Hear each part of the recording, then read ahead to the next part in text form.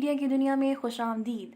سماجی، معاشرتی اور دوسرے اچھوتے موضوعات کو آسان اور سادہ زبان میں سمجھنے کے لیے ہمارے چینل کو اپنی سبسکرائب لسٹ میں ایڈ کرنا اور نوٹیفیکیشن کے لیے بیل آئیکن دبانا مت بھولیے گا۔ آئیں معلومات کی دنیا کے اس سفر میں ہمارے ساتھ جڑ جائیں۔ قومیت پرستی، نیشنلزم اور وطن پرستی، پیٹریاٹزم ایسے موضوعات ہیں جو ہمیشہ سے ہی موضوع بحث رہے ہیں۔ ان دونوں موضوعات پر عوامی سطح پر لا علمی کنفیوژن کا باعث بن رہی ہے۔ اکثر لوگ قومیت پرستی اور حب الوطنی کو ایک چیز سمجھ بیٹھتے ہیں۔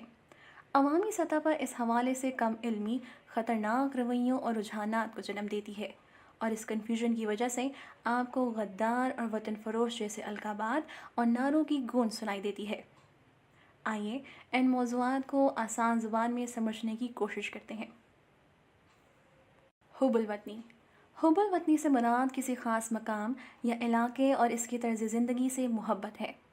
اس خطۂ زمین یا علاقے کو دنیا میں بہتر جاننا اور لوگوں پر اپنی ثقافتی اور معاشرتی نظریہ زبردستی مسلط نہ کرنے کی خواہش حب الوطنی کہلاتی ہے۔ حب الوطنی عسکری اور ثقافتی لحاظ سے دفاعی طرز عمل یا نظریہ ہے۔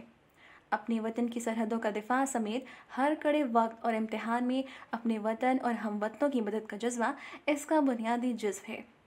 ہم اس کو تاریخی مثالوں سے سمجھنے کی کوشش کریں تو یہ طرز عمل آپ کو 1965 میں انڈیا پاکستان جنگ میں پاکستان کی سرحدوں کی دفاع اور 2005 کے زلزلے میں اپنے ہم وطنوں کی مدد کی صورت میں نظر آیا۔ آئیے اب نیشنلزم کو جاننے کی کوشش کرتے ہیں۔ قومیت پرستی کسی کی اپنی قوم کے مفادات کو دوسرے ممالک اور ان کے مشترکہ مفادات سے الگ سمجھے جانے کی بات، پالیسی یا نظریہ ہے۔ مختصر کہا جائے تو قومیت پرستی ایک تنہا کی حد سے زیادہ جارحانہ حب الوطنی ہے۔ اس کی مثال ہٹلر کی نازی تحریک اور برطانیہ کی بریگزٹ کی شکل میں نظر آتی ہے۔ اگر ان دو موضوعات کو ایک جملے میں بیان کیا جائے تو یوں ہوگا: اگر آپ اپنے ملک کی خاطر جان دے سکتے ہیں تو آپ محب وطن ہیں، اور اگر آپ اپنے ملک کی خاطر کسی کی جان لے سکتے ہیں تو آپ قومیت پرست ہیں۔ ہماری یہ پیشکش عاقب رمضان کی تحقیقی و تحریری اور ماہرہ رشید کی صوت بندی و تدوینی تعاون سے پیش کی گئی۔